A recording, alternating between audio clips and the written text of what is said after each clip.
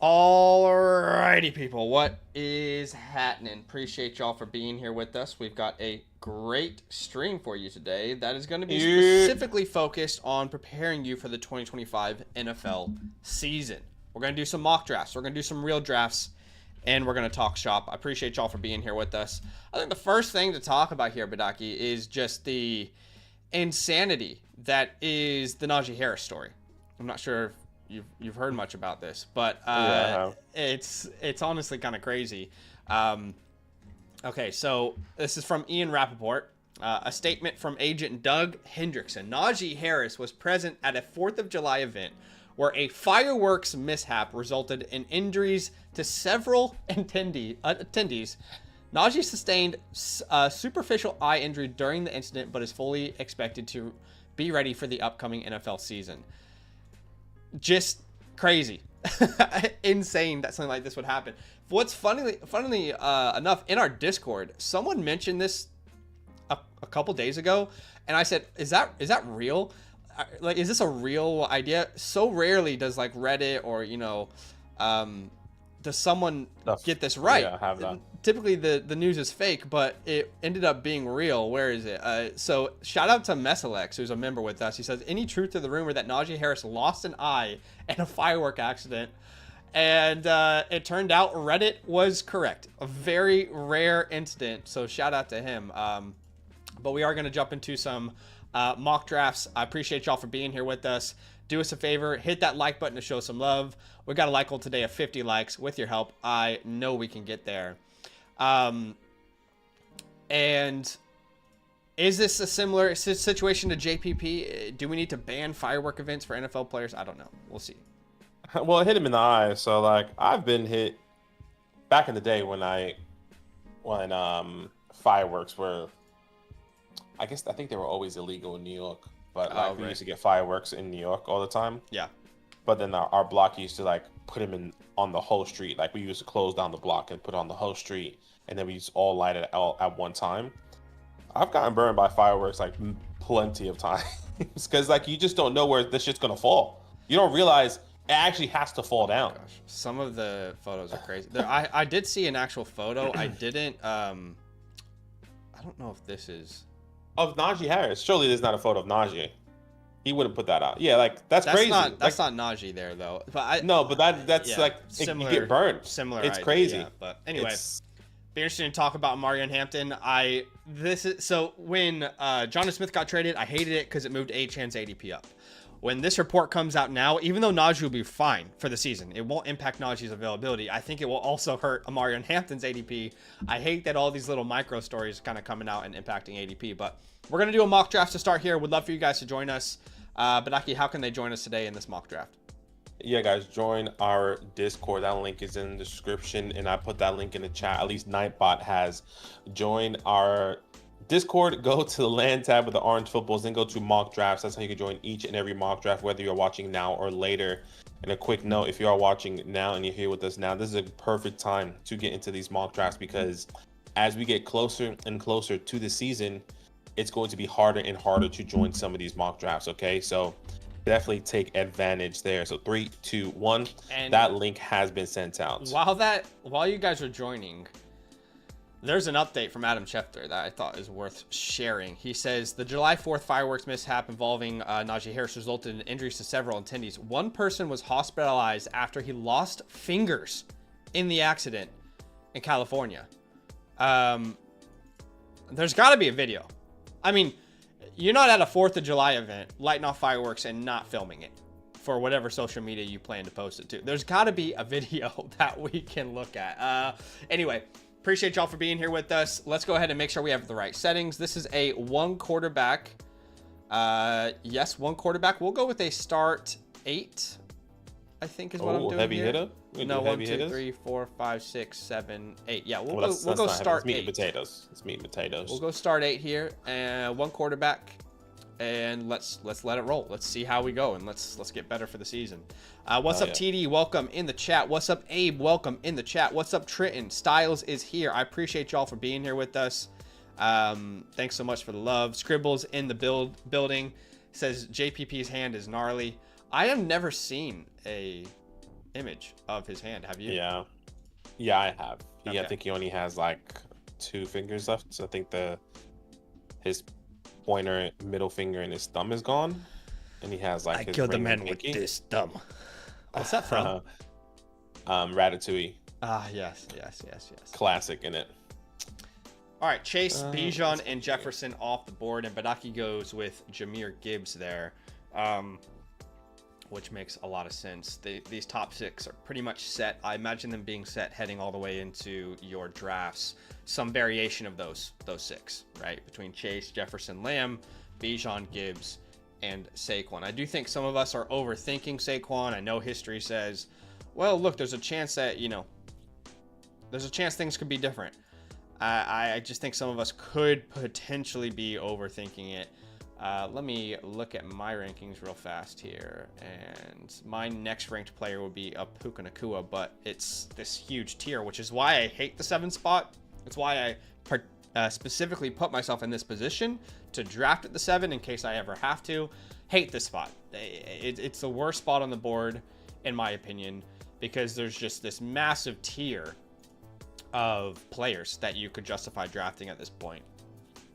Yeah, which makes sense. Pick your poison here. Well, not really pick your poison, but I personally wouldn't be upset if someone takes Malik Neighbors there or Monra at the 1-7.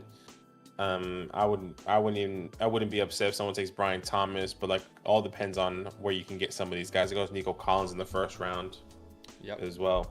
Nico Collins goes off the board. Amon-Ra St. Brown comes off the board. Derrick Henry coming off the board there. And what was his ADP? Was it 7, 8? I don't remember. So he fell a little further than he did the last time we were doing a draft, but yeah. Who is this? Sorry. Derrick Henry. Remember Derrick last Henry, time we did a draft? Yeah, here? he went 107 or something, 108. Yeah, I think it was 108 actually. And now you see him at the 111 here. So do I think Puka Nacua will be capped? No, I don't think. I don't have any concerns around Puka Nacua's ability to return value at this point. We have 2 years of evidence, and we've asked these questions every single year since he broke out. In Sean McVay's system, Puka Nacua is not something I worry about. Obviously, the health. You worry about the health, but I don't worry about his ability to return value on a pick. As CMC goes off the board at the 203, that Achane Thomas start at the 12 spot is really nice. TD says it's a wide receiver spot for sure unless a running back falls. I feel you there. Tyler says I have Puka currently. Should I take Jacobs or AJ Brown or London? It's a good question. If those are your options, London. I'll probably be going London there as well. One of those wide receivers over Josh Jacobs. AJ Brown is already iffy. I don't think we see him going in the second. I think we see him going that early third type of range potentially. Yeah. As Brock Bowers comes off the board, I think that was the obvious best available player, so I need to potentially reassess here. Man, I hate the 7 spot so much. Again, I just exited a tier I love, and now I'm in this huge it's not tier. ideal. In this tier, there's just so many options here. You don't know where to go. I could select 10 different players right now, and that's why I hate the 7 spot with a passion. Man, truthfully, hate this. Hate taking Bucky Irving this early, but he's the one I want to draft the most.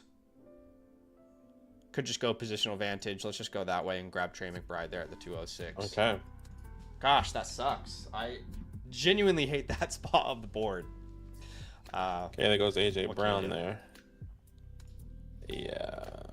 Okay, so Drake London has gone. Yeah, that's what I wanted. I wanted Ladd McConkey there. Man. Trenton says he doesn't get touchdowns, and that's all Adam gets, touchdowns and first downs. Well, he certainly gets first downs. He certainly gets targeted. 160 targets as a rookie, 106 targets last year in only 11 games. So he had 3 touchdowns last year, and he scored 18.8 points per game. That was the second most of any wide receiver. He had more points per game than Justin Jefferson last year, CeeDee Lamb, any other receiver not named Jamar Chase, and he had 3 receiving touchdowns. You see glass half empty. I think I see glass half full. Like, there is absolutely potential for positive regression to the mean in his touchdown category, in my personal opinion. So, are you talking about Puka? Yeah. Okay, right. I think there is a world where, I mean, look, Devontae Adams is what, 32? 33? Yes. I could be wrong. I'm not out on Adams, by the way. I'm not out on Adams. I'm not out on Puka. I think Devontae Adams is such an elite caliber wide receiver over what we've seen of the Cooper Kupps. As much as we love Cooper Kupp, Devontae Adams just has like an aura about him that like maybe Sean McVay can't even handle. Yeah. He's like, oh shit, it's Devontae Adams. We need to give him 150 targets.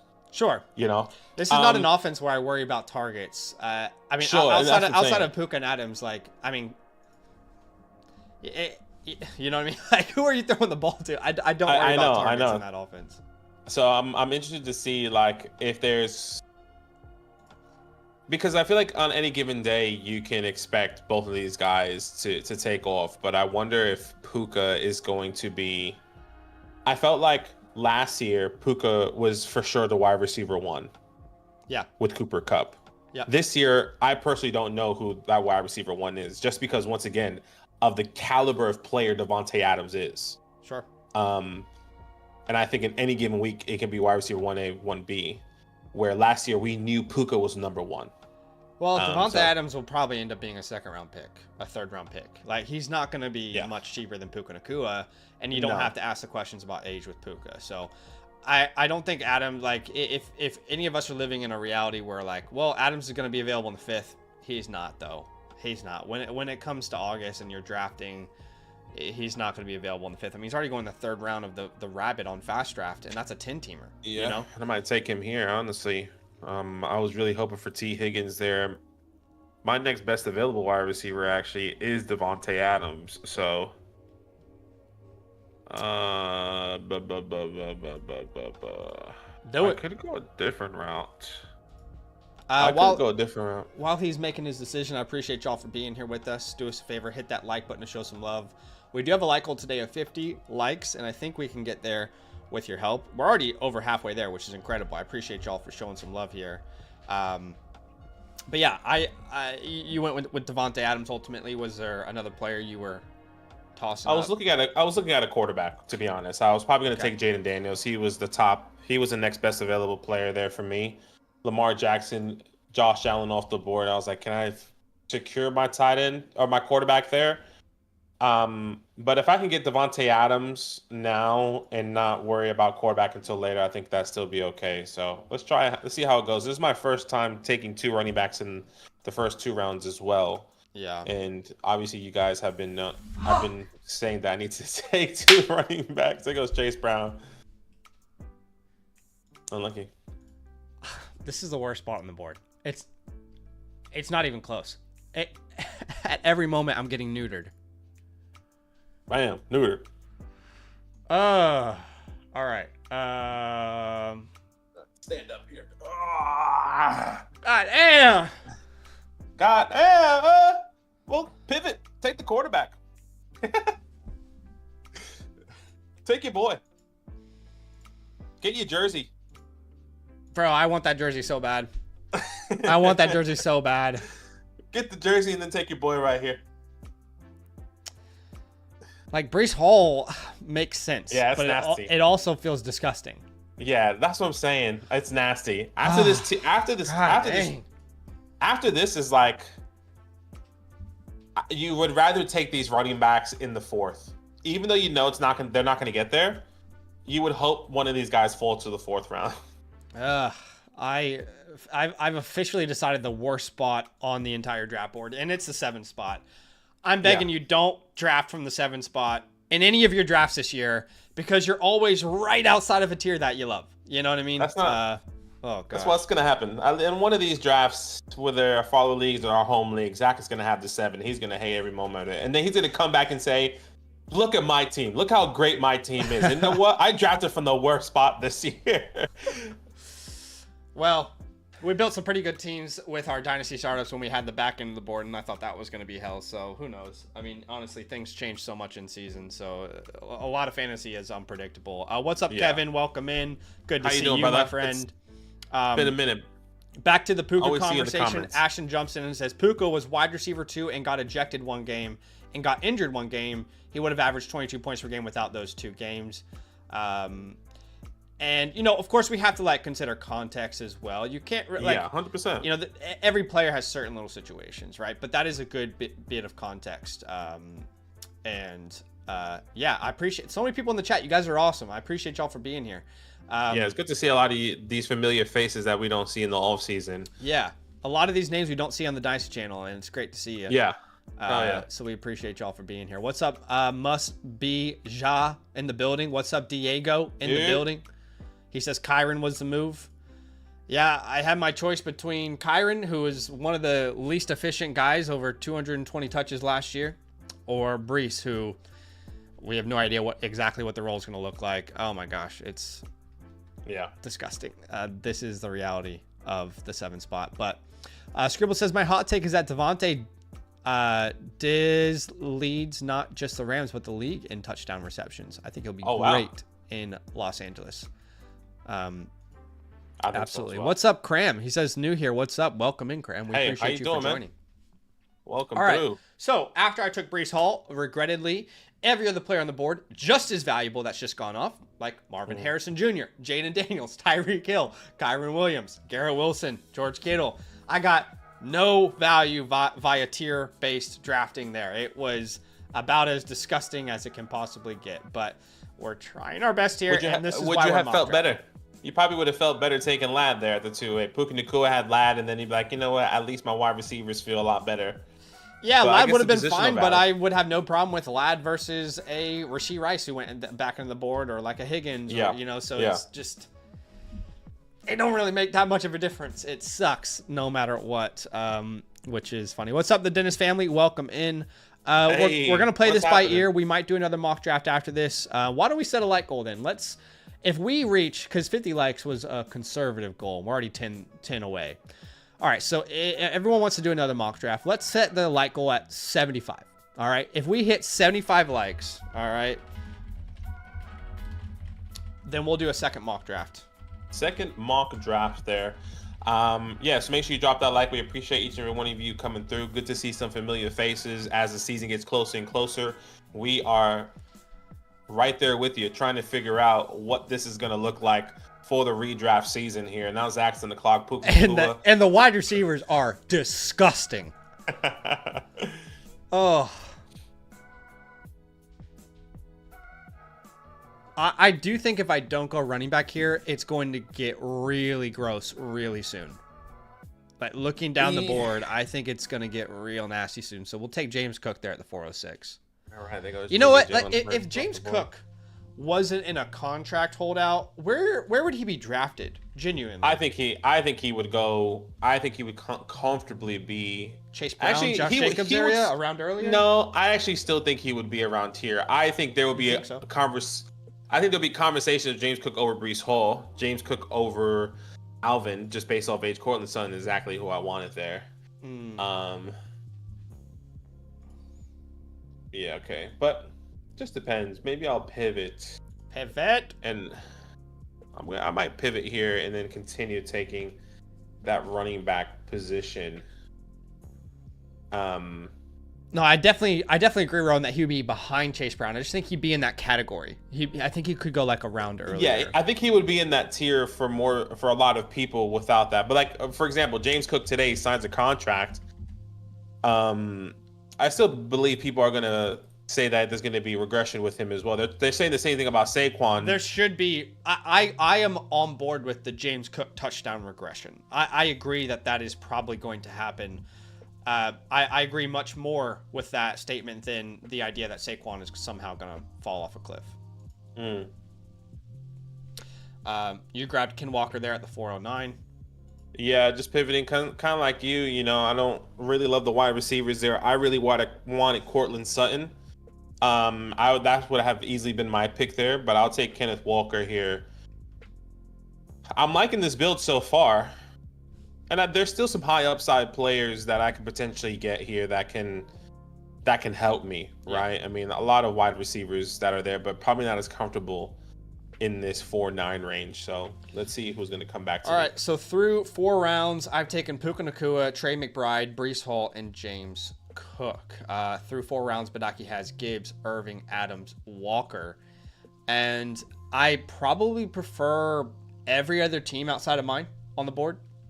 That's not an exaggeration. I probably prefer every other team outside of mine. I just truthfully think we're always at the end of a tier, beginning a new one with our picks, but that is the nature of fantasy football. It is what it is. What's up, Jordan? Welcome in. I appreciate all of y'all showing some love. Appreciate y'all for being here. We've got Tiny Goose in the building. Obviously, Jeff is here. He said Cook feels like a jag. I mean, 16.7 points per game last year. RB 11 on a points per game basis. He had a pretty good season, but of course there's some regression coming. But I think James Cook is a really solid RB2. I just don't think they're going to trade him away either. I think they will get it done. It just depends on how much he's asking for. I don't see them trading him away either. I think I think they'll get it done as well. Or he probably just has to report. He doesn't really have the leverage. I think he's probably the one that ends up folding. Yeah, but we'll have to see. As Aaron Jones comes off the board, we have Joe Burrow in the 5th round here. Joe Burrow was my pick in the Flock League last year, but I think I got him in the 9th round. I'd have to go back and look at that. Mason still has that on his Twitter, doesn't he? It'd be fun to look back at that draft board. Okay, yeah. So this is the Flock League, the inaugural Flock League draft board. And where did I take Burrow? Burrow was my pick in the 10th round. Or am I reading that right? 9th round. Could have had Justin Jefferson and Saquon Barkley. That would have been crazy. Yeah, imagine if I didn't draft Tyreek Hill. But we got pretty good values there on like Hubbard in the 12th. Godwin in the 7th was huge. What about for you? Who was your best value pick? Tyrone Tracy. That's pretty unreal. I had Tyrone. I feel like Darnell Mooney was a good one as well at the end, at the bottom there. Yeah, that was fun. I can't wait for that. Oh yeah, the Flock League coming up. We just had a big meeting about that, which is awesome. Yes, I'm excited for the Flock League. Hope you guys are too. Jordan says, my hot take, Chase Brown will finish top 7 back and should go mid-round 2. I have him ranked as a late 2nd round pick, and he always goes the 3rd round. So I was so close to feeling great about Chase Brown there. But I don't think top 7's hot enough, bro. I think that's the expectation. I would genuinely be disappointed if Chase Brown isn't a top 10 running back this year.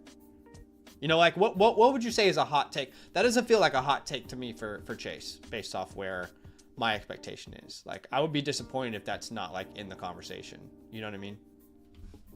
Yeah. I mean, he finished his top 10 last year, so I mean, I feel like it's not a hot take in general being top 7. I feel like a hot take would be like top 3, top 4.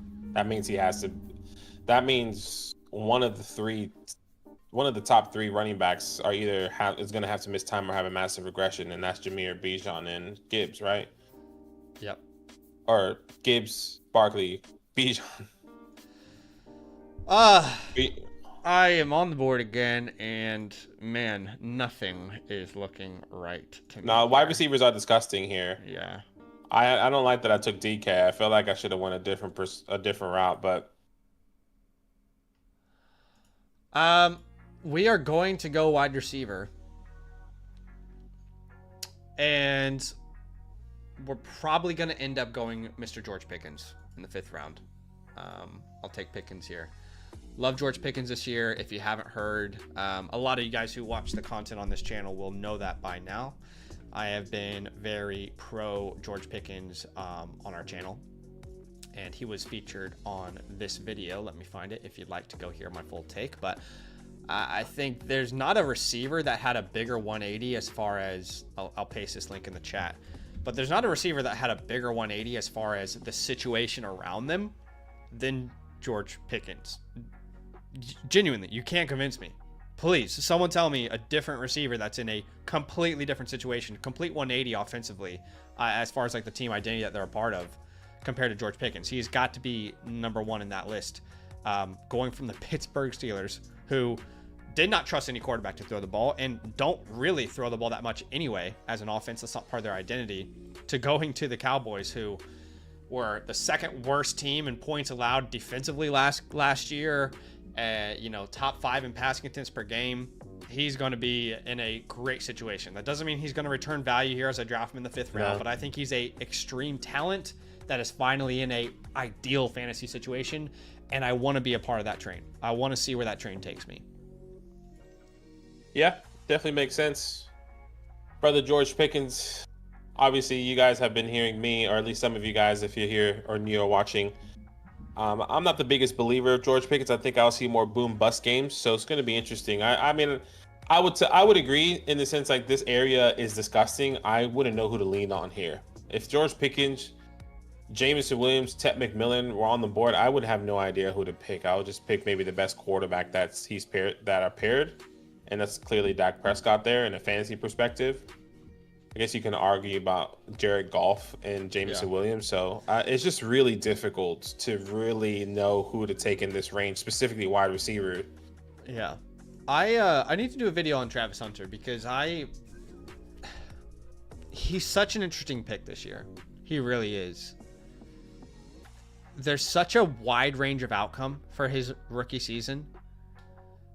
Like on one hand, I don't know who they target in that offense outside of Brian Thomas and Travis Hunter. No one else makes sense to target heavily. Breaks is Strange. And on the other hand, I like Strange as a sleeper.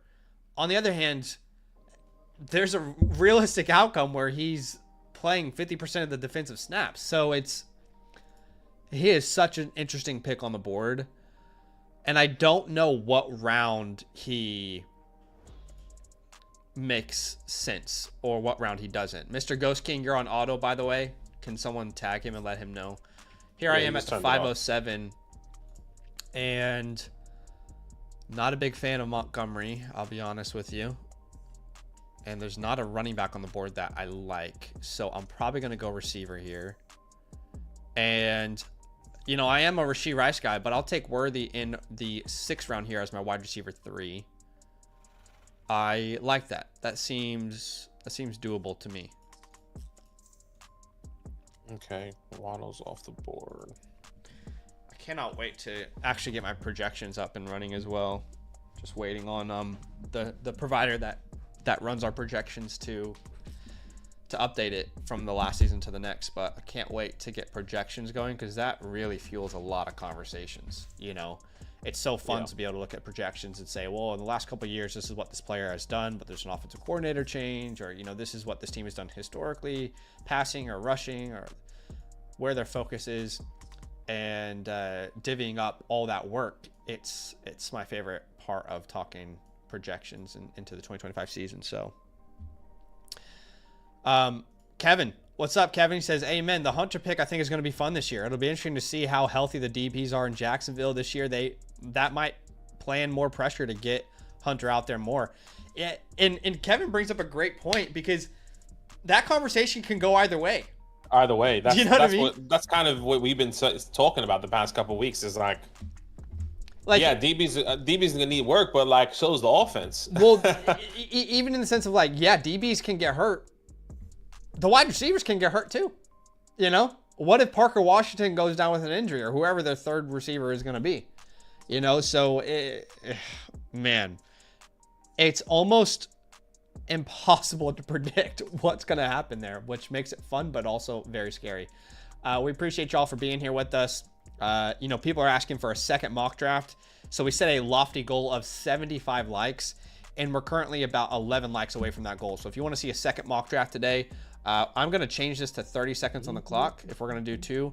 But if you would like to see that be a possibility, then go ahead and like this stream. Let's get to 75 likes together, and we'll do a second mock. Hell yeah. Hell yeah. Appreciate you guys. All love, of course. So on the board here, nice little run of wide receivers in round 6. TJ Hawkinson at the 6'9". I go ahead and take Chris Godwin there. I was kind of hoping Roman Dunze was going to fall back to me. I was kind of trying to play the board there in the ADP, but there's still a lot of guys that can come back to me at the 7'4" that I like, with David Montgomery at the 6'12" there. Well, that's an auto Smith. pick. Okay. That's okay. That happens. Okay. There goes one of the players I was hoping to come back. Brandon Ayuk. I was hoping for to come back to me. That's okay. Either way, I'm going to get one of my 2 favorite players here. All right. Ooh, Josh Downs is a fun pick too. 2 players I normally go for here. I'm going to take the other guy because I constantly always take full transparency. Shakir. I'll take Deebo Samuel here. That sucks. I normally take Shakira, who I love. You guys know that, but I'm liking the way the wide receivers are running out. Bit of an older crew at the wide receiver room. Yeah, I was definitely eyeing him up. I'm not gonna lie to you. So Debo's gone. I will say, Pacheco's such a good pick in the 7th round. I am not as scared of him as other people are. I think I'm gonna, if I can draft Swift in the 7th round every time, I think I'm gonna draft him just to be a part of that offense. And again, we've talked a lot on this channel, on these streams, about the risk of a DeAndre Swift. But if I can get a chance at that offense in the 7th round, it seems palpable. Like, if I told you, Badaki, that DeAndre Swift started all 17 games for the Ben Johnson-led Chicago Bears, where would you draft him? Because that's the question mark we all have. Genuinely, if he starts every game for the Ben Johnson-led Chicago Bears, is he not like a 5th round pick? That's the question that we're all asking, no? I think it's kind of the same conversation with a lot of these guys, though. I mean, I would also put someone like a Tyrone Tracy in that conversation. Yeah. If it would, but I know that situation. I know that different offenses. Cam Scadable's there. Very different offenses. I think. Yeah, look, I like where he's going here. I would still be taking the Pachecos over Swifts, the Montes over Swifts. I just feel like this feels really comfortable, personally. Well, yeah, but I'm more asking if he was to start every game, guaranteed. You would take him over. You would take Monty over him still. I think I would, because I think in Ben Johnson's offense, he's going to want to utilize multiple backs. I don't think he's going to be, 70% type workload. I think there's going to be I agree by with multiple. I agree with that, but there's always a running back that has a little more value because of their work in the air, the designed work. I guess. I definitely get that. So it's a little bit difficult to kind of project or envision. If you're telling me I could potentially get like Tyrone Tracy went at the end of the 7th. I feel like normally he goes maybe middle of the 8th there, but if I can get someone like that, or like, what about I guess that everyone else kind of falls off, to be honest. Yeah. So I hear where you're coming from. A little bit difficult there, as Mahomes goes at the 7-10, and Travis Kelce comes off the board there. Najee Harris, right there, guys. He's right there. He's right there. Take him. Just got his hand blown off. Shakir is such a good pick. Wow. Yeah, dude. I was once again That's contemplating him at the crazy. 7-4. The Shakir in the 8th round is, wow. I was hoping he was about to fall to me, but of course, I can't get anything I actually want in this draft. Darnell Mooney is nice too. Juwan Jennings there at the 8-6. I thought Jennings was going to be the most, how do I say this properly? I thought Jennings was going to cost the most in drafts this year. And at least on Sleeper, it's different in best ball leagues, but it seems like he's the most affordable of the group. So I like taking a shot on him there at the 806. Yeah. Tiny Goose asks, is Kelce still startable in a 12-team league this year? I think he's going to be startable. I think we've already seen a downtrend last year in pretty much every statistical or analytical category For Travis Kelce, you saw him trending down. Receiving yards have gone down each of the last 3 seasons, as well as yards per reception gone down each of the last 3 seasons, as well as receiving touchdowns have gone down each of the last 3 seasons, as well as points per game on a points per game basis. I think if you're expecting him to be the reason you win weeks, probably not the right reason to draft him anymore. But if you're like, he will be a patchwork option for me at the tight end spot, then I think you're drafting him with the right intentions. You should not have the expectation, well, Travis Kelce's, he's going to win me my league. Probably not. It's very rare that we see older players, multiple years of proven decline, out of nowhere just turn around and say, I'm still that guy I used to be. So yeah. Yeah, I would tend to agree. It's a little bit difficult. I think even in offenses, even with Xavier Worthy and Rashee Rice there, they're still doubling Kelce because of his upside. And like his dynamic on the field, to where until that switches somehow, some way, where Rice is the one being doubled or Worthy is going to one being doubled, then Kelce probably gets a little bit more breathing room there. I want somebody here. I'm hoping for. He broke my back. Take Michael Pittman. Pittman's a great pick. Honestly, like, I'm very much team Josh Downs. We just released a video today. I talked about Josh Downs, but if there's going to be a 2-round gap between them, then yeah, I will quickly be a Michael Pittman stan this year if that's the case. Yeah. All right. I am going to wait to say what I'm going to say next, because I don't want anyone to take the player I want, but I'm gonna take a quarterback. I think we tried to hound this as much as we could last year. Your team construction is everything when it comes to when you draft players, for me at least, which is why I didn't say it out loud, but I just thought it. Why I was comfortable taking Trey McBride at the 206, right? In this format, we're going start 8. That is not a very difficult starting lineup to fill, especially when you consider like what you could potentially do through the waiver wire. So in a format like this, your start 7s, your start 8s, I will prioritize those onesie positions, the quarterback and the tight end, maybe earlier than I would in like a start 9, start 10 type of format. So I don't mind going out and getting a guy that I would label like a my guy in a Bo Nix here in the 9th round. In fact, I'm starting to like the shape of this team. But just if I had a Chase Brown instead, if I had a Kamara instead, things could have maybe panned out differently for me. But I don't mind paying up. In a start 7, I would never suggest for you to, hey, just wait on McCarthy and hope he breaks out, or Trevor Lawrence. I like these guys for sure as your second quarterback, but in a smaller format, I'm gonna suggest to maybe be more intentional with those onesies. Love Jaden Higgins. If I didn't draft Bo Nix, it would have been Jaden Higgins. He is one of my favorite sleepers in fantasy football this year by far. Yeah, not bad at all. Liking the way this is going. Tyler Warren off the board there. Gator asks, how do you see the San Francisco receivers shaking out as far as Jennings and Pearsall go? So I think there's this opinion in the community based off the content that I've made recently and just looking at the comment section, and you get an overall feel of where the community stands. Apologies, guys. I moved that, but it's back. The overall consensus based off like people commenting on our content is that Brandon Ayuk is done. He's toast. He's not good. He got a bag and now he's not playing football. He doesn't care anymore. I obviously don't agree with that. I think that's an oversimplification, as well as like just random people online, trolling and saying things without any real rationale behind them. Yeah. So I do think it's going to be more difficult to project than the average person is leading us on to believe.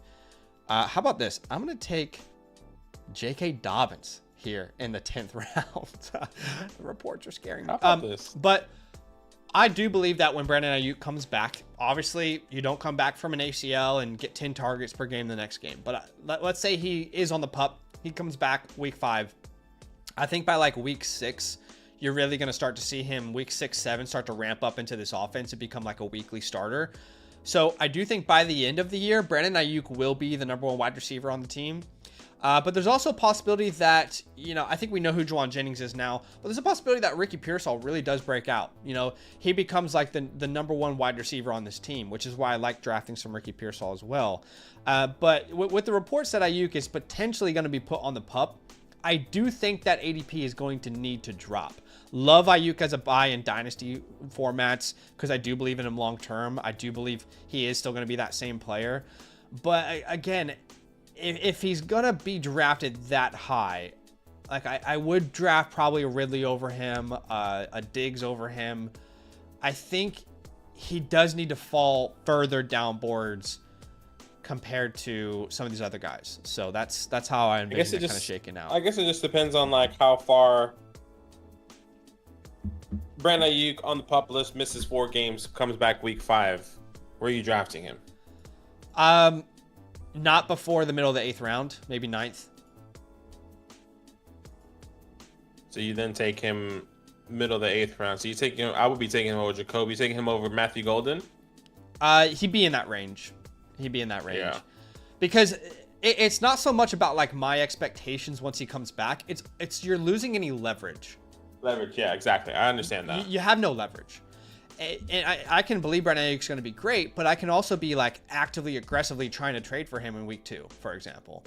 So I think we underestimate how quickly people's perceptions change of players in the season. It's so quickly is a turnover. You think last year, how quickly did people's perceptions of CMC change? In the first 4 weeks, it's like when he comes back, he's a league winner. And by week 5, it's like his career's done. So obviously that's like a very drastic example, but hopefully you kind of get where I'm going there. Yeah, I understand. There. So golf, Justin Fields as Garendo. I love the Justin Fields pick. That's a very, very good pick.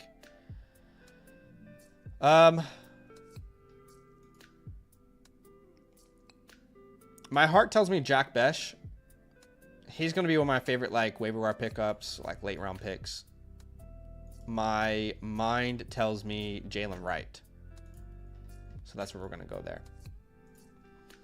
But I appreciate y'all for being here with us. We did set a like goal today of 75 likes to do another mock draft. And you guys crushed it. We currently have reached our like goal, which is incredible. So I'm actually going to go ahead and start setting up a new mock draft. And while I'm doing that, Badaki, are you able to tell people how they can actually join said new mock draft? Yeah, guys, join our Discord if you're watching now or if you're watching later, first time here, or you haven't been here in a while. We appreciate you. All you have to do is join our Discord. That Discord link is going to be sent in the chat, and that link is also in the description. Okay, join our Discord. Go to the land tab of the orange footballs, then go to mock draft. That's how you can join each and every mock draft, whether you are watching now or later. Every single time you're going to be able to join a mock draft from that tab here. It is first come, first serve.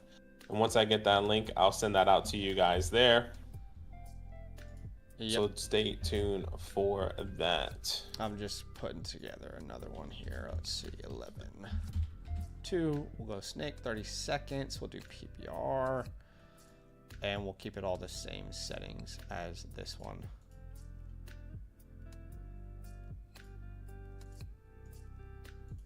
All right, so I'm going to send this link to you, Badaki, so you can send that out. Yep. And I am not going to choose the 7 spot. That's for damn sure.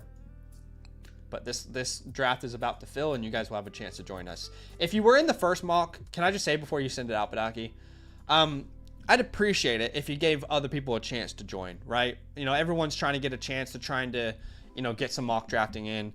So if you were in the other mock draft, would definitely appreciate it if we could consider others and let them get a chance. And then after the first 10 seconds, I'll give everyone free game.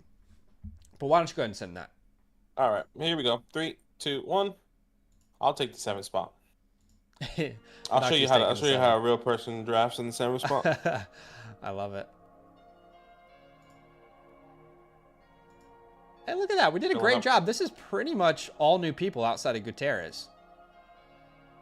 Goody's the only one who said, you know what? I'm in my selfish season, and I'm gonna do whatever I want.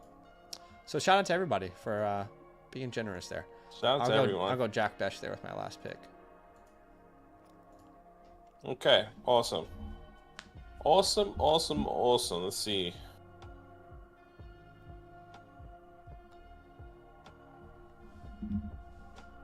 We'll start that here in just a second, guys. Give me a second. But I appreciate everybody for being here. Thanks for all the love. Appreciate everybody hitting that like button and showing some love to the channel. We did drop a video today, by the way, if you aren't aware. So definitely cue that up for afterwards.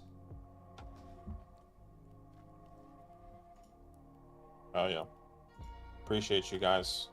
Once again, really nice seeing some familiar faces that we normally don't see in the off season. We're gonna be live more and more often on this channel as we get closer to the season. I don't know when we'll probably end up doing 3. Maybe the next couple weeks we'll probably start transitioning. Maybe we'll start doing 3 when we get to Texas. I don't know. Yeah. Actually, I would imagine it'll be full swing by then. All right, that is the end of the first draft. We're going to go ahead and start a new one. It's the same exact settings. PPR. All right, PPR, 1 quarterback, start 8. And let's go ahead and get this second one on the road. But I appreciate everybody for joining us here. Again, be a friend. Hit that like button to show some love. Appreciate y'all for being here with us. Trying to catch up with the chat. What JK news came out? It's not so much news, by the way. I think the JK commentary should be taken in context right now, which is it was a beat reporter's opinion, and people ran with it like it was from anyone in the coaching staff, which it wasn't, by the way. A beat reporter's opinion came out that it was his belief that J.K. Dobbins would get a lot of work and pretty much be like a first and second down guy for this team. And then people kind of ran with it as if it was like straight from the horse's mouth, or, you know, if it had any weight. I still think RJ Harvey is the running back I want in that backfield, obviously, but all it did was just make things a little bit more confusing. That's what I would say. It just makes things a little bit more confusing than we anticipated. As Puka Nacua comes off the board there at the 108. You took Neighbors at the 107. And let's see what we're going to have available to us. Monroe St. Brown comes off the board. Tiny Goose, take Derrick Henry, please. Here we go. Go ahead. Go ahead, do it. All right, that's okay. We wanted Brian Thomas. Welcome to the squad. Brian, come on down. Wow. Two back-to-back running backs there, which I was really hoping to grab one of them guys. All right, we're gonna grab Ashton Genty here. Thomas Genty. Someone started that way in the last draft, and I loved it. Or they started Thomas Achane. Thomas Achane, yeah. I think 2 days ago. You know what's funny is I have a video coming out on Monday for you guys, specifically highlighting the 2 players I just drafted. So this is putting, you know, not money where my mouth is, but mock where my mouth is, I guess. To war. Joseph says, at the 2 spot, appreciate your confidence. Thanks for joining us. Your content. Oh, sorry. this appreciate is perfect. you for joining us, man. This is perfect. Give me Derrick Henry. Huh? All right, well, Come on. Derrick shouldn't have fallen that far. Let's be honest, that's crazy. Derrick shouldn't have fallen that far. You got a little bit lucky there. Let's be real for a second here. All right. Oh my goodness, man. That's crazy. This guy at the 7 is nasty. My best options were Trey McBride, AJ Brown, Lav McConkey, and you get Derrick Henry. I mean, that's just sometimes the world ain't fair. Sometimes it ain't fair. Welcome. If you're in the draft and you can't pick someone, it means you never claimed a spot before they were all taken, but you can still see the draft, if that makes sense, guys. Yeah. Sorry, guys. Okay, trying to keep up with the chat. Harrison says, what would be a good game plan for someone in a 14-man start 7? Just go best player available. I think in a start 7, I would be very conscious of my onesies, because start 7 is the smallest lineup you can possibly have, which depth is more important. You have a little bit of a balance here, because depth is more important in a 14-man than it is in a 12-man, obviously. But the guys who have like Bowers, Josh Allen, You know, Jaden Daniels and Jalen Hurts, Lamar Jackson's, Trey McBride's, those guys are going to have a very easy time with those positions. Whereas if you're the last guy to take a tight end in this league, you know, it's gonna be tough. I have no idea. You're gonna be every week. You're gonna be like, what the hell do I do? Unless you hit on, you know, some rookie, you know, that breaks out, or, you know, Jake Ferguson becomes that guy somehow. So I do think the onesies are a little bit more important in that spot.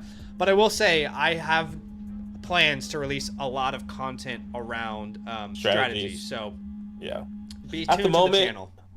Yeah, at the moment I would just say best player available right there. In a 14-man league, but yes, definitely emphasize on your onesie positions, because that's pretty significant. We call that heavy hitters. So heavy hitters, that is a start 7 league. So you want to go for the best player available at all points in time there. I mean, this is just crazy at the 7th spot. You're telling me I get to choose between Jackson Smith and Jigba or Jaden Daniels?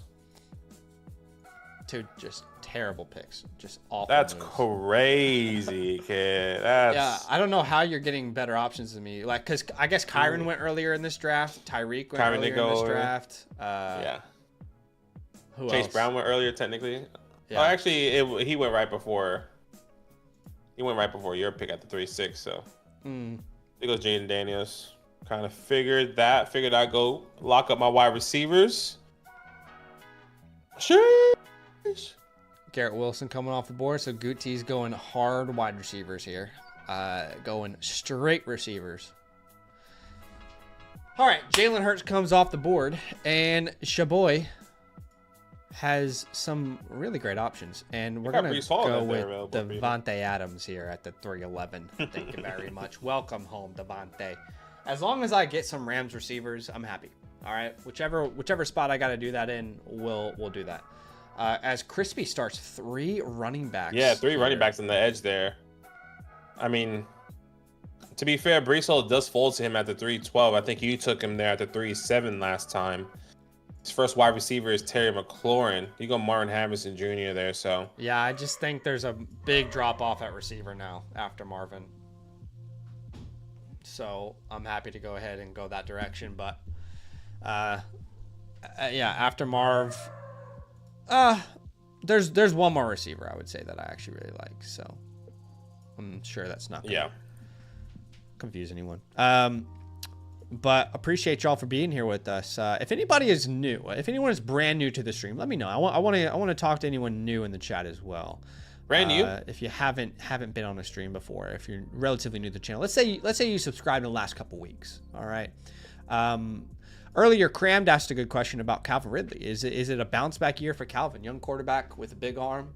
You know, what happened last year is more of an exception than a rule as far as rookie quarterbacks carrying fantasy value for wide receivers, like Jaden with Terry, Bo Nix with Cortland Sutton. You know, what you typically see is quarterbacks not supporting top-end fantasy wide receivers as rookies.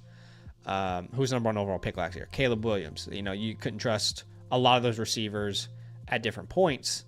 Who else was drafted? Number 2 was Drake May, right? Or sorry, number 3 was Drake May. Now you can make the case there was not really a wide receiver to trust in New England, right? Was it the chicken or the egg? But history tells us that more often than not, you should not be trusting rookie receivers. So that does make Calvin Ridley difficult. Of course, if you draft Calvin Ridley and Cam Ward is good from day 1, then it's found money, you know? But that is the issue. I actually have, and I haven't updated this research, by the way, but last year I did research around rookie quarterbacks. It was such a big class.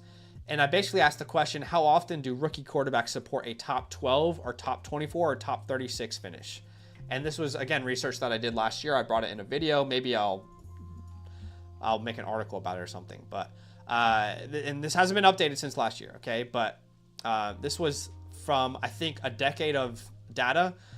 Only 8% of the time they supported a top 12 receiver. Did any quarterback support a top 12 finish last year? Maybe just Jaden? I don't think anyone else did. Did Sutton finish top 12? I don't think so, right? I think Sutton I can tell you right now. Hold on, I have it open. Yeah, so that number Portland's might have gone up. 15. He was 15. And what about Terry? Terry was top 12, right? Terry was 7. Okay. So that, only Jane Daniels did it last year. Top 24 at 29%. And then top 36 at 62%. Now, we used this information and we actually created a video. And funnily enough, like Terry McLaurin's ADP last year was so affordable that Terry was a check mark last year when we did this video. We said, yes, you can draft Terry McLaurin because he was only being drafted outside the top 24. And it seemed reasonable as a price tag to draft him like wide receiver 33 to 36, whatever he ended up being. But then we were a little bit more concerned about some of the Bears wide receivers and where they might end up. So I could look at refining that data and updating it if that's something that people would be interested in. But all that to say, it's a long answer to your question to say there's a lot more risk, I think, with Ridley than people are leaning on. But of course, the upside is if he hits, then you have, this year's Terry McLaurin. I think that's what how everyone's kind of viewing it, Take Travion Henderson here. Chris says, I think I should have gone Marvin Terry. Yeah, I would have loved like a Marv Terry CMC start. That would have been nice. I think so as well, because wide receivers are going to be a little bit interesting. But even if you would have taken Mike and Terry, that would have felt a little bit better as well, personally. But we could be wrong about Breece. Yeah, Breece is a real wild card this year. I don't think it's crazy to say like Breece Hall could be a top 5 running back.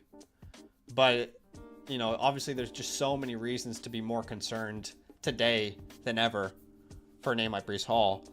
All right, I'm going to do something very specific here, which is draft Tet McMillan in the 5th round as my last flex, or as my last flex spot here in this format.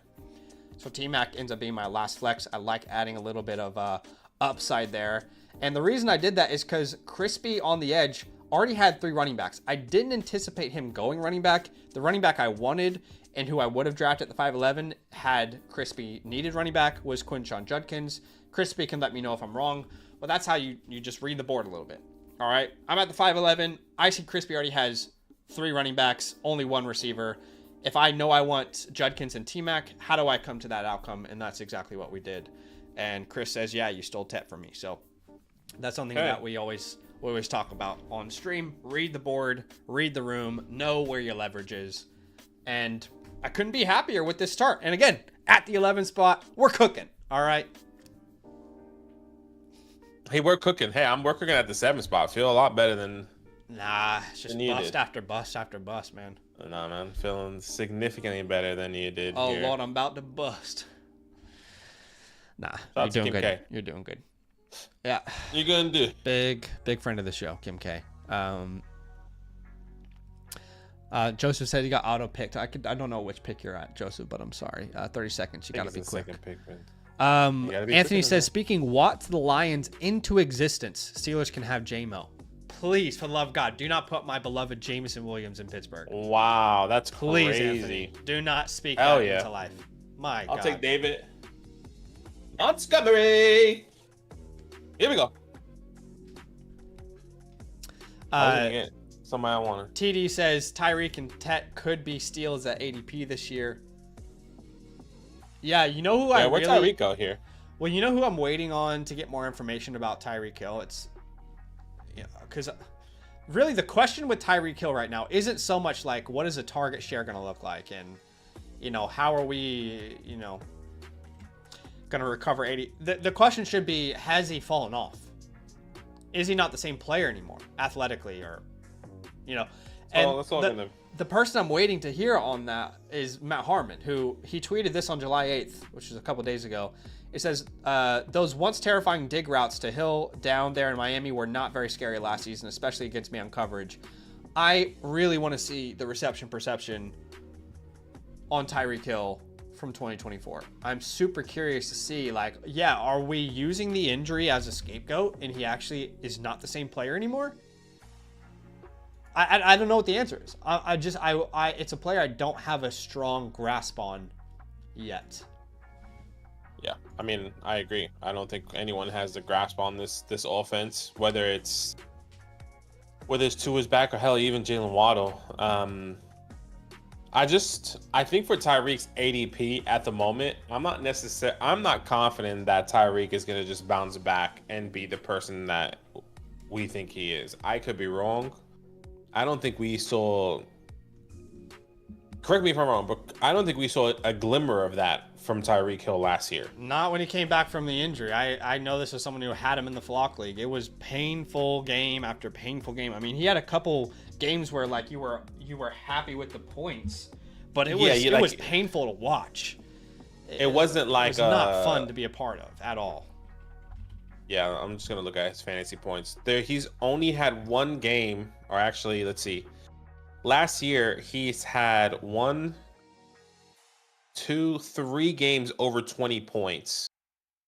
The rest has been under 15 points or less. There's 2 games of 19 points. So it was a significant drop off for sure last year. I just don't see how that instantly comes back. But I know a lot of people are leaning on Tua and hoping that he's going to be better. Yeah. Stay healthier. Here in a second, we're going to get through this mock draft, right? And have some great chats. But here in a second, we are going to do a real draft. All right. Mock drafts are fun. We all love mock drafts. We all love talking about the possibilities. But there's something different about like putting some money behind your mouth, you know. So you like a player, well, put a little money on him then. Like, let's get into an actual best ball draft and you know, put some money where the mouth is. And we're going to do that here in a second. We're still going to get through this mock draft, of course. But we're going to go ahead and draft over on the FastDraft app, specifically in the Rabbit tournament, which is a 15-round, 1 quarterback tournament. And if you have never played or drafted on FastDraft, now's a great time to come join us.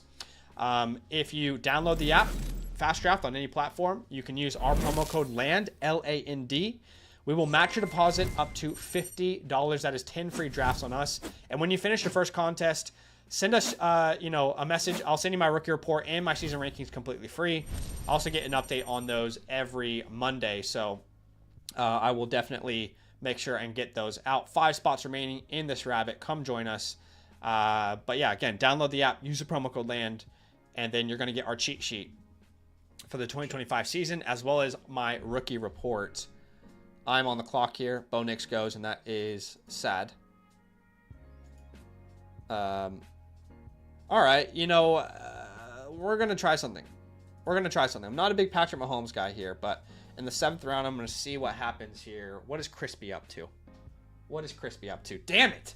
I was about to try and just stack those two and say, you know what? Not a big fan, but I'm just going to stack Kelsey and Mahomes. And then that opportunity was taken away from me, unfortunately.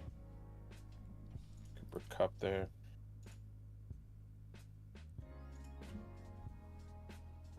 What are you thinking now? Cooper Kupp comes off the board. My plan was Travis Kelsey. Didn't really want Mahomes. I just wanted to stack him. I didn't think we were going to see Kelsey come off the board with all these options, but we're going to instead grab Evan Ingram. So we'll just go Evan Ingram. And honestly, hate that I used that spot on Patrick Mahomes now.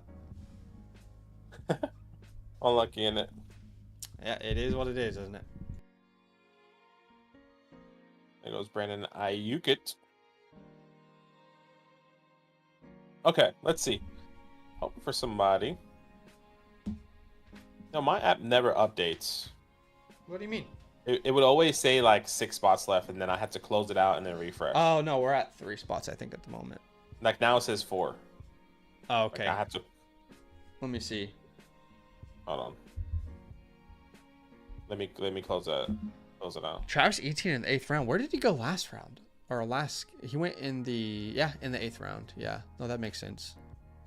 What's up, Joseph? Yes, we will be in the Flock League again this year. 100%.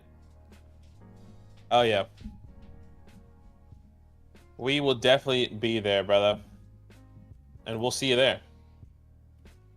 We'd love for you guys to come to the meetup. Yeah. We'll by the way, if you guys don't know, we are doing a meetup again this year in Austin, Texas.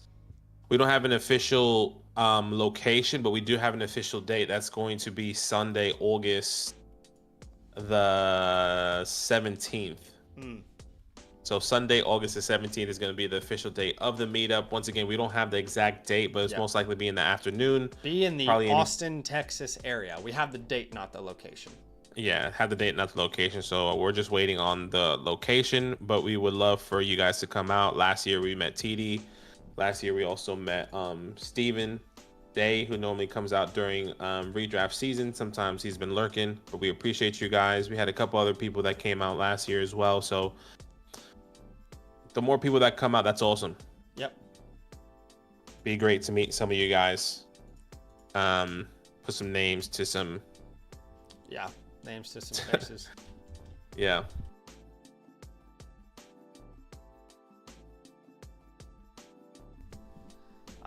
But again, we're going to jump into a fast draft here soon. Not right now. Right now, we're obviously going to finish this draft first. But again, would love for you guys to come join us and just try it out. Honestly, they got a couple contests over there. Try it out. You never know. You might love it. You might not. But you can download the app on any platform. Fast draft is a name. Use the promo code LAND. We'll match your deposit up to $50. That is 10 free Flex 4 tournament drafts on us, or like 2.5 free Rabbit tournaments on us. When you finish your first contest, I'm going to send you my rookie report and my cheat sheet for the 2025 season completely free. And you can check out the link in the pinned comment from Nightbot if you want to come draft with us. It's got a direct link for you to go ahead and download the app there. And then also DM me if you do sign up, because we're creating a group chat where we kind of draft together. So we'd love to have you guys come join us. Okay, so Ricky Pearsall and Juwan Jennings go back to back. Stephon Diggs in the 8th round. I like that a lot. Michael Pittman at the 8-9. Like that a lot. See, this is weird because Pittman goes in the 8-9. And then Josh Downs goes after him. In the previous draft, we saw Josh Downs go 2 rounds earlier than Michael Pittman. There's no rhyme or reason right now, I guess. Nah, no rhyme or reason for sure. All right, let's see. I'll take Higgins here.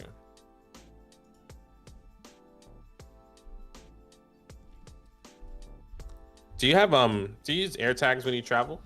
I do. I forgot last time I did, which was a little concerning, but I do. But they're hard to replace the batteries on. Yeah, I just bought some for when we go.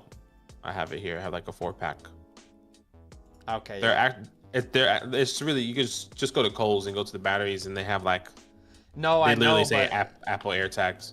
yeah, no, I know like the batteries are easy to change, but as far as like getting it up and running again, it's a bit fidgety. Oh, is it? Yeah. Oh, okay. I've never had that issue, but right. All right. So Mahomes, Ingram, my last 2 picks. Now I can kind of look at my flex positions a little bit. Man, Jane Reed that late is really enticing.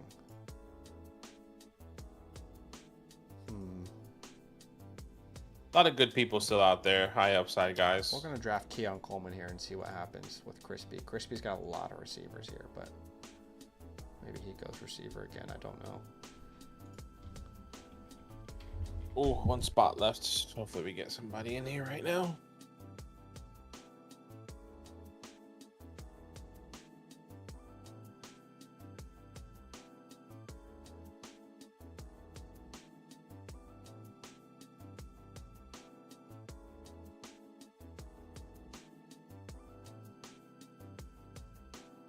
All right, Charbonnet and Horindo come off the board, which... Yeah, 2 good players there.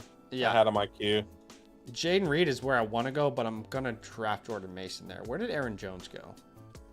He went at the 6-4. Oh, okay, at the 6-4. Okay. Yeah. That makes me feel good then.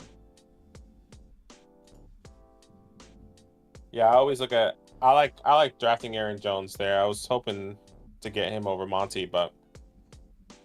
As Jaden Reed comes off the Either board, way. I like that pick a lot.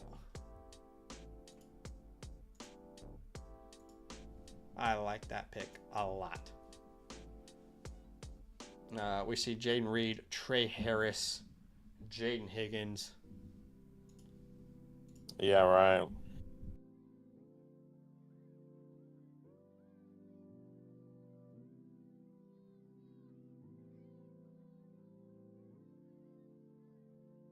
All right, I want to hear some hot takes for the 2025 season. You can only submit one. All right, submit one hot take only. I want your hottest take of the 2025 season. And I want you to tell me what it is. Mike says, question is not at quarterback, is at quarterback, not Pittman himself. No, that's 100% true. But he's just so cheap. All the Colts receivers are just so freaking cheap. All right, we did officially get into a draft. All right. So we are... Oh, I apologize. That automatically comes up because I don't have my stream deck set up. But we are jumping into a draft, and look who's at the 101 and the 102. My first 101, baby. Oh, is this your first 101? I have a 101. Hell yeah. Brother, I don't have a 101. I've been dying for it. Dying. I just want a little bit of Jamar Chase, and it's going to be quick. Boom. So if you don't know what the Rabbit Tournament is, which is what we're in, it's a 15-round, one quarterback best ball style tournament. And it's a lot of fun. Badaki and I we cannot stop drafting in these. I want to get unique. I feel like Saquon at the 102 is unique now, funnily enough. But yeah, 15 rounds. Let me get up the information here, so I'm not going to say anything wrong. Here we go. Now I see Tex Cajuns in here, by the way. I see TD Vulture in here. I don't know who else is in here that is on the live stream right now, but appreciate you guys coming in. Oh my gosh, I apologize. Okay, so 15 rounds. It's a start 8, 20-second clock, 0 rake, which means more money in your pocket. First place gets $10,000. There's $50,000 in prize pool, and it's been really fun. It's been really fun to do these Rabbit tournaments, and it really gets you kind of in that mindset of what your team can look like in your home league. But not only that, you actually get to kind of like find your guys. When you guys are in your home leagues and it's like August, the ADP is going to be pretty much fixed.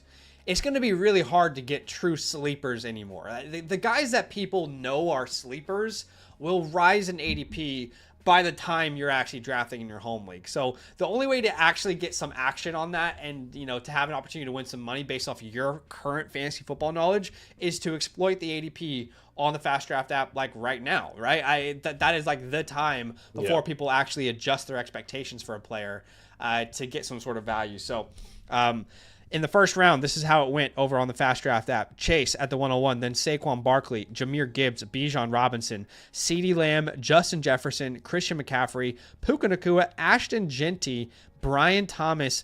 Brock Bowers was the first pick in the second round, which if you think about it from like a 12-team perspective, that would have made him a first-round pick if this was a 12-team league. It would have. Then we get Amon-Ra, Devon Achane. Neighbors falls to the 204.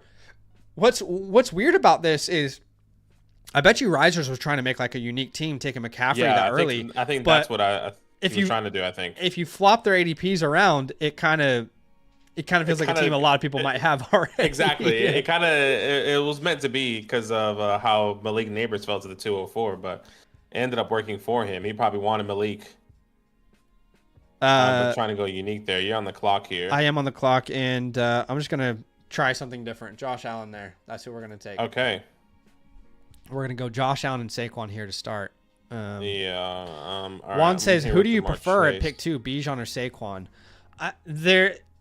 If I have pick 2, I probably just want to trade back inside the top 6. Like, hey, my league mate has the 105. Do you want to swap spots? Because I truly think you could put 5 names in that 102 spot and be really happy with it.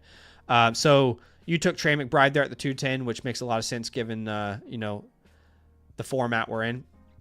And then that is the difference on the FastDraft app between like a traditional best ball tournament or third round reversal, just your home league, the third round reversal, right? So Badaki doesn't get an overpowered team with Jamar Chase and whoever else he wants because that third round reversal kind of helps out a little bit. I could have had Trey McBride and T. Higgins or well, not T. Higgins, but Jonathan Taylor or somebody because I already had Jamar Chase, right? Or you can take Jamar Chase and T. Higgins however way you like to build your team.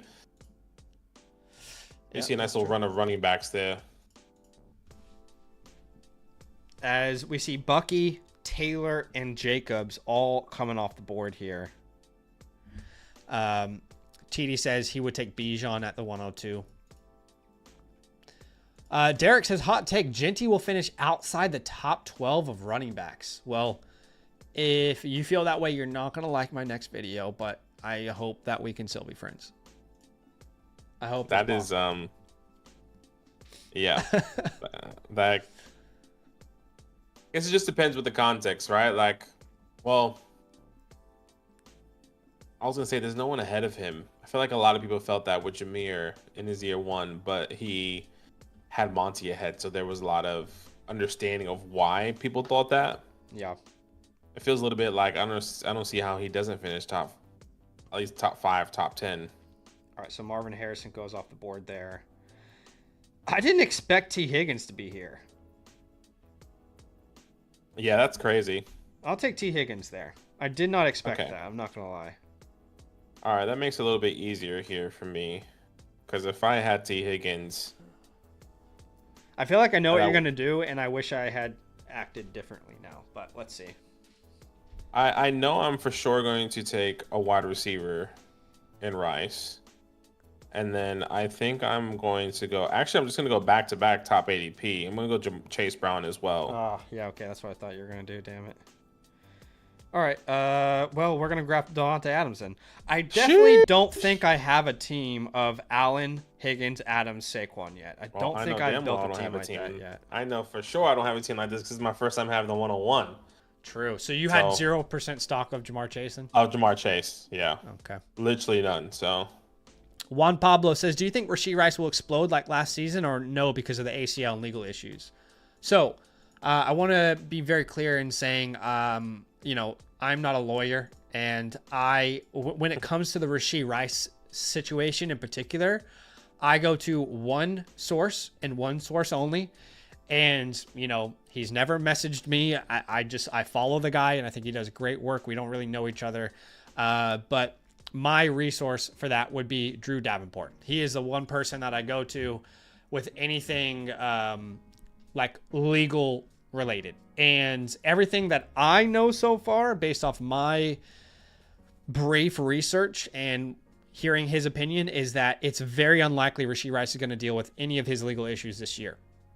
Ultimately, because the NFL doesn't really take action on these cases until the criminal case is all concluded, and it doesn't seem like that criminal case is going to be concluded anytime soon. And ultimately, it doesn't seem like it's going to be a factor this year. All right, long story short. As far as his ACL, I would be concerned if the timeline is getting pushed back, but we have so many different events that can stack on top of each other that give you confidence in a Rashee Rice, right? So like around the NFL draft time, he and Patrick Mahomes were doing a workout together, and Mahomes is on record saying he doesn't look like he's got any problem with him. He looks like he's running routes like normal, right? Then we have him showing up to like the OTAs or camp and, you know, looking like OTAs, I think it is, sorry, and looking normal. You know, where there's videos of him running routes. There doesn't seem like there's any, you know, limitations there. Then we have another reports coming up saying he's going to be full go at training camp. So pretty much across the board, it doesn't seem like there is any reason why he is going to be limited by an injury. So overall, I don't really have any concerns about it necessarily. Yeah, and I think we'll get a little bit of a clearer answer specifically when it comes down to his injury. Is when training camp starts. Yeah. We're going to get a lot more of an information. If you even get Rashee Rice is out there and he's limited participation, that is huge for someone coming off an ACL tear. Unless he comes out and starts off like physically on the PUP list and he's not doing anything, that's a little bit more concerning. When does he get off of that? Does he get off of that towards like the first week of preseason, or is he out for the whole time until like randomly he comes out in one of those weeks? So it just really depends on what's going to be happening there. TX. Joe Burrow went. I want a Joe TX. Burrow. I don't have any Kenneth Walker, please. Okay. Perfect. I want a Joe Burrow there. We'll take Ken Walker. Yeah, I always love the idea of like a Burrow stack with Chase, but you could have double stack. Well, it's not really a stack with Chase Brown. I know, but that's all that offense, really. to yourself. That's what I really wanted there. Okay. I'm gonna have to go running back here. I think I'm gonna go RJ, which I don't have. Mike says he'd bet money that Ginty hits if anyone wants to wager. Well, you should come on the FastDraft app and put some money on it then. As you go RJ Harvey. Yeah, I'm gonna go RJ Harvey, and I'm gonna take DK here. I like DK a lot there. You know who I like more? Not more. Who? I don't like him more, but just as much. I'll take George Pickens. Since he can't, he's in New York. I understand. We understand, brother.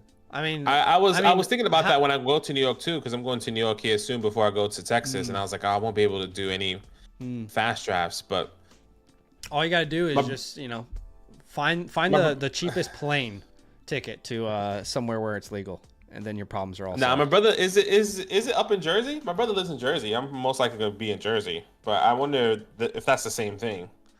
That's a good question, like it is, actually. I feel like it is in Jersey. I don't know. I think it's up in Jersey. Joe Mixon at the 606 off the board. DJ Moore went at the 605. Calvin Ridley at 604. That's Calvin goes early in these fast draft tourneys. That's the upside, brother. It's those boom busts, boom weeks. I guess you're not worried about like deciding to start him or sit him each and every week in that format, are you? Which you can definitely see like a couple weeks where like we have a better quarterback. You kind of saw that last year where freaking Will Levis was just throwing bombs every single time, and you hope that he caught it. Yeah. Jalen Waddle in the 6th round, as well as Caleb Johnson. I was considering Caleb Johnson at the 602, so I like the pick. And now Noah's got back-to-back picks, starting with Thomas, Bowers, Bucky, Terry, Kamara, and now Travion Henderson. Y'all taking all the sexy picks, man. Let me have a couple sexy picks, please. Yeah, I'm really frustrated not having Joe Burrow there. It really pissed me off. Zay Flowers comes off the board. What do you think about Zay in a best ball? Oh, I love Zay Flowers in a best ball. You do? Yeah. Just because I think I put Zay Flowers in the same category as like the Jordan Addisons of the worlds, right? Like you take Jordan Addison because you just know one of those weeks is going to be a boom week, where I feel like Zay Flowers kind of brings that as well. Yeah. And like it's once again, you don't have to worry about it, but I really wanted Judkins there. Damn. James Conner in the 7th round is wild, and after DeAndre Swift too.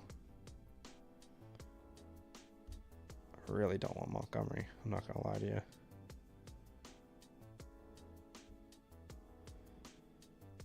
you. The other issue though is, I'll just take Laporta. I don't really have much stock of Laporta.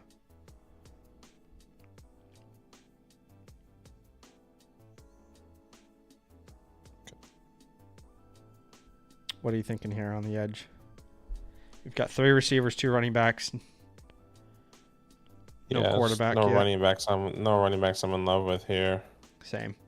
That's what made it difficult for me. I like the Adunze pick.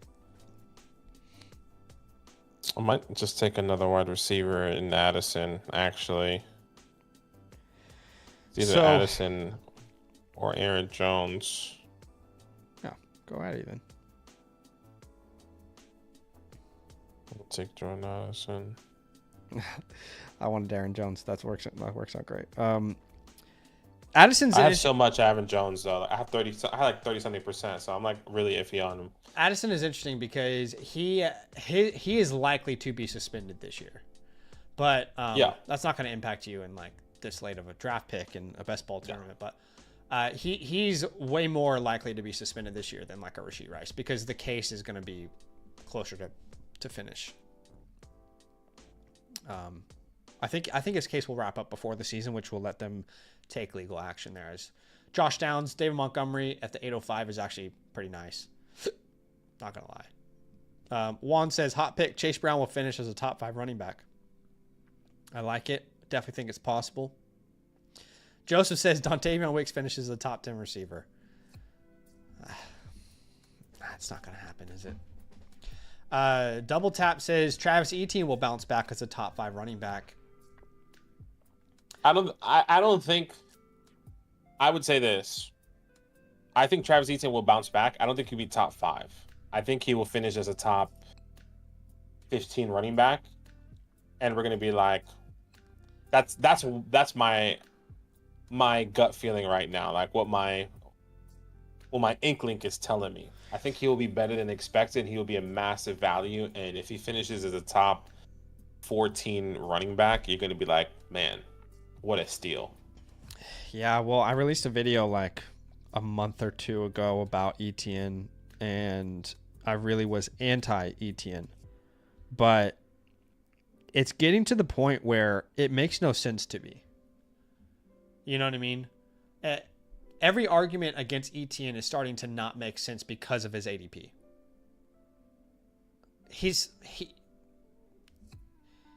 You don't have to take him in the first 7-8 rounds. I don't know why you wouldn't take a risk on it anymore. So I'm having to kind of start to change my tune just simply because I didn't expect him to be this cheap. You know, the concern for me was team construction. But if he's going to be so cheap, I don't know how long I can really make a solid case against him.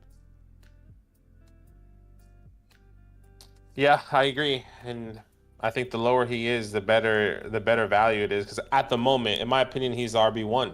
He's RB1 in that backfield. Well, yeah, you can get him. That's been pretty much confirmed now. I mean, the last 2 mock drafts we just did, he went at the 8-11 and he went at the 8-4. If you could tell me I can get an RB1 at the 8-4, 8-11 right now, that's phenomenal. I mean, why wouldn't you? Why wouldn't you? Don't do it. Don't do it. Why wouldn't you do it? Why wouldn't you do it here at the 909? Why wouldn't you do it here at the 909, they say? All right. I already know who I'm going to take in one spot. Oh, this is actually phenomenal. We're gonna get some KC players. Let's get Patrick Mahomes, my first stock, and let's get Isaiah Pacheco there to lock it up, huh? Yeah, that's cool. I like that. I would have went Travis, but I got McBride there. Hopefully I can get Kyler potentially on the comeback, but I highly doubt that. Yeah, shout out to Kim. We're going to go Tyrone here. You gotta call on Tyrone. Not the build I expected to go with here, but we're rolling with it. I got a plan though. It's gonna be so interesting to just look back on this and see what are the teams redrafted. I've drafted so many teams offline that I wish I would have. Like if we end up winning and one of the teams were offline, it's like I wish I would have done it online to like know my thought process in there. I mean, I know my thought process now. I'm just saying in general. Like I can watch it back. Michael says JCM will be a top 15 dynasty running back next year. I love me some JCM. That is a hot one though. That is spicy. That is spicy. Twerk says Baker ends up as a top 3 quarterback in fantasy football. That's not really hot though, because he finished as a. That's wasn't hot. He like top. Because he's going to finish above a Jaden Daniels, a Jalen Hurts, a Josh Allen, a Lamar Jackson. He has to finish above a couple of those names. The only reason why I don't hot. feel like that's hot is because he already finished as a top 4 or top 5 quarterback last year. So like, it kind of already happened. Sure. We're just really. That's how I'm seeing it, but. TD Vultures here gets Caleb Williams at the 10:08. What's TD building here? So far, TD's got 3 running backs: Achane, Jacobs, Johnson, Puka, T-Mac, Olave, Judy, Debo, and the combo of Jalen and Caleb. I was trying to stack. It just nothing naturally planned out for me, unfortunately. As Matthew Golden comes off the board there. Wow, no one wants Stephon Diggs. People are actively saying, I don't want Stephon Diggs here. Interesting. Trevor Lawrence and Stephon Diggs come off the board. My bad. There goes Luther Burden. I don't think I had any part to play in that, though. I know exactly what I want to do. I just don't know if I'm going to have the ability to do it. We'll have to wait and see. Yeah. Appreciate y'all for being here with us. NBA just announced that, NBA on Prime. I wonder what that means. Like, what do you mean? NBA on Prime? Yeah, I don't know exactly what it means, but Prime Video is going to be hosting the NBA, like streaming it, I guess. Prime Video to feature 10 broadcast veterans for its NBA on Prime game coverage. So is it like replacing TNT or something? Maybe. Prime Video today announced its game coverage lineup inaugural season NBA Prime. The broadcast team including award-winning play-by-play. Ian Eagle, Kevin Harlan, Michael Grady. I'm on the clock and I know what I want to do. Okay, fine. I was able to do it. Yeah. We took Keon Coleman there, and that's our first stack. And we were trying to get Shakir, but just didn't manage to work out. And then waiting for Keon Coleman to come down the board there. Stack him with Josh Allen and hope for a year 2 breakout. Yeah, I don't really have anyone that I'm going to take here. I'll probably just take Higgins there. I don't have any of Higgins. I like that pick a lot. And then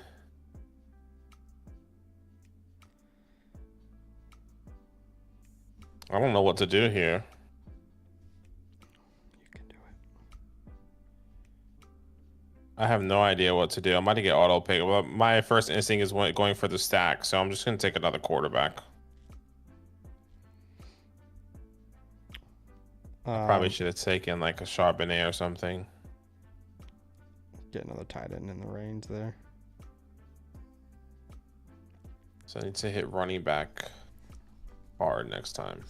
NBA games will be moving from TNT to other networks, including Amazon Prime Video, starting in the next season.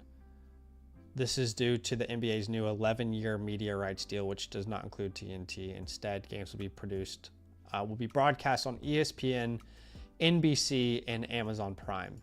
So what happened to TNT? It just went out of business or something? They just didn't re-up their NBA broadcasting. I feel like TNT has been NBA since I've been born. Yeah, the NBA on TNT has been like prime. I don't remember anything other than NBA on TNT, to be completely honest with you. Okay, I was like, the board isn't updating. Here we go. Sorry, guys. If you didn't see what just happened, we had McCarthy come off the board, Ray Davis, Egbuka, Mooney, Coleman, Higgins, Stroud. I stacked Coleman with Josh Allen, who was my second pick. And then we have Warren, Tootin, Warren. Why did I say Warren twice? Yeah, well, there's Tyler and Jalen. Sorry. Jaden Blue comes off the board. Jonnu Smith, Tucker Kraft. Got some tight ends coming off the board here, hot and heavy. Hot and heavy, they say. Commander, what's up, man? He says, hope yous are keeping well, fellas. Still have one dynasty rookie draft to do. That's your Irish for you. I love it. Hey, I hope you're doing well, brother. Good to have you on stream, man. Isn't it late over there? You doing the night shift again? It must be. Right. What is it, Ireland time? When they're sleeping, I'm working. When they're sleeping, I'm working. TD says Caleb Burden stack is what he was going for there in the 11th round, which I like. Yeah, nice. I thought for sure Team 12 or Team 10 here was about to grab Jordan Love to stack the Matthew Goldens of the world. It's nice. That's why I love the NFL. Oh, that's awesome. All right, so you watch it. Do you watch while you're sleeping or while you're working? What's your job then? I'm curious what your I guess it makes sense because, like, hypothetically, Thursday night football would still be on right now, right? Because it's Thursday night over there. Yeah, so makes sense why you would be up there. Zach Charbonnet off the board. Definitely somebody I wanted. There's going to be a guy that I'm going to take here. I'm pretty sure Zach might take him. Let's see. I definitely have an idea in mind, so I don't want to hurt you, but Pittman should not still be on the board. That's fine. That's great for me. Oh, what? I'm on auto. No. Okay. That was dumb. I don't know why I was on auto. Pittman comes off the board by ya boy. I definitely wanted another running back, but I'll take Cooper Kupp. I'm glad that it was Cooper Kupp and no Jordan one. Love as our second quarterback there. And Jared Goff? Yeah. Oh, you said Jordan Love. Did I? My bad. Jared Goff. Yeah. I'll be right back. No worries. Yeah, I was looking for another running back there. I was most likely going to take a name like JK. There he goes right there. Yeah, I was most likely going to take a name like JK, but that's all right. What I'll probably end up doing is, since I have the last pick, probably go out and take another tight end here if somebody falls to me. There's definitely a couple that I like here. Sorry, this draft is going to end here soon, but just wanted to, again, remind you guys, we would genuinely love to draft with you. If you want to ever get into a draft with us, first step, obviously, is to download the app itself. And then once you've downloaded it, you can use our promo code. We'll match your deposit up to $50. That's 10 free Flex 4 tournaments or 2.5 free rabbits. When you finish your first contest, you're going to get my cheat sheet, my rookie report for the 2025 season free. So be ready to go for your home league anyway. Check out the link in the pinned comment. Would love for you guys to draft with us. And by the way, if you sign up, please DM me because I'd love to add you to our group chat where we're drafting together. Michael says, is Mason good? Heard it's bad out there. You're muted. But what do you think he's referring to here? My first thought went to Jordan Mason. I don't know why, but is Mason good? Heard it's bad out there, meaning like out here in Australia. Oh. Floods. Oh, is Mason good? I heard it's bad out there. The floods in Texas. Right. Sorry. I don't think Mason he's not impacted, I don't think. No, he's not impacted. I think Mason, obviously, there's no secret that he lives in Austin, of course, because we go to Austin every year so far. So I don't think the floods are in Austin, Texas. I could be wrong. I've been really disconnected from all that, but I hope everyone that has been impacted by that is okay. I know there's like been some devastating stuff with like the school. There was like a girls' camp, and like there was kids that died. That was terrible. Oh no, really? Yeah, like there's been some horrible stuff. That is terrible. With my last pick, I'm going to take Jack Besh, which I know no one's going to draft anyway, but one of my guys from the rookie draft who's coming off, the offseason a little bit slow, has to be said. Oh, TX is watching the stream. You would have had to gone down so far in ADP to draft him. TX, you little punk. I mean, come on. All right, we'll grab Stafford then. 3 quarterbacks. As your last pick here, what are you thinking? I think I'm gonna go Zach Ertz here. All right, another tight end. Zach Ertz is gonna wrap up the draft, but we appreciate you guys for being here with us. Had a really great stream. Yeah. Got some fast drafts in. Obviously the mock drafts as well. But Michael says could have been more specific, but I appreciate y'all. No, man, I appreciate the donation. No, that's very kind of you. Yeah, appreciate donation and checking up on them. But Mason's all good from what we know. We were just on a call with him, actually. Yeah, you were just on a call with him. So he says stop the flood single-handedly from hitting Austin. I heard. Yes, he probably did. Mr. Light Switch says, should I trade away Evans and Terry in my dynasty league? It just depends on what you can get back, man. Yeah, it's all about what you can get in return. So you can shop them and see what return might be available. John says Burrow maintains the fire this year as he lost the sauce. I think there's a very good chance he continues to be hot. They've pretty much established the identity of that team by now, which is to be very pass heavy. They haven't really focused on and not really focusing on Hendrickson that much this offseason. Maybe they'll probably still bring him back, but they haven't really shown that big of an effort to to address the defensive side of the ball, have they? So I think they're gonna have to throw the ball a lot. So TX says, dude, the draft is way ahead of the stream. I know what you're doing, TX. No, I'm kidding. All right, guys, appreciate you. Enjoy the rest of your day, and we'll see y'all very soon. Go check out the video that we just released today as well. It was a new concept I wanted to try, and would love to hear your guys' opinions on that video that just released today. So I'll put that link again here in the chat for you. But enjoy the rest of your day, and we'll see you soon. Nothing but love. Love.